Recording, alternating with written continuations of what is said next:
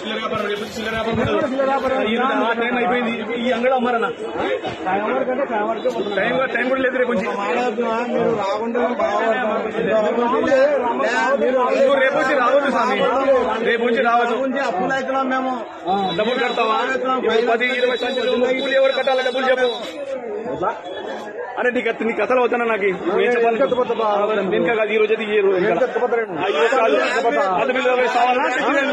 ఎందుకు తెచ్చినా? మళ్ళీ ఎందుకు తెచ్చినా?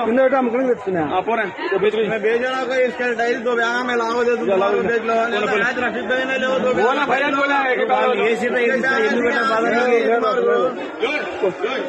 ఈ రోజు సరుకు వాపస్ పోదు. డబ్బులు కట్టించి పంపించాడు. రేట్ చెప్తా.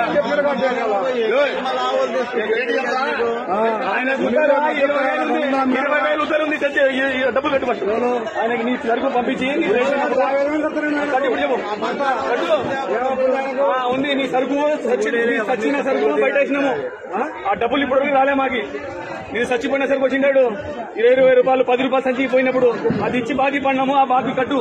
లేకుంటే ఈ రోజు వచ్చిన సరుకు పెట్టి రేపు వచ్చి వస్తారా? లేకుండా రేపొచ్చి కిలో అమ్మేది 20,000 ఎవరు వేయాలి బాకీ? నీళ్ళు సరుకు అమ్మినది దానికోసమే ఇద్దరు బాగుంటారు. బాగుంది బాధ బాగుంది.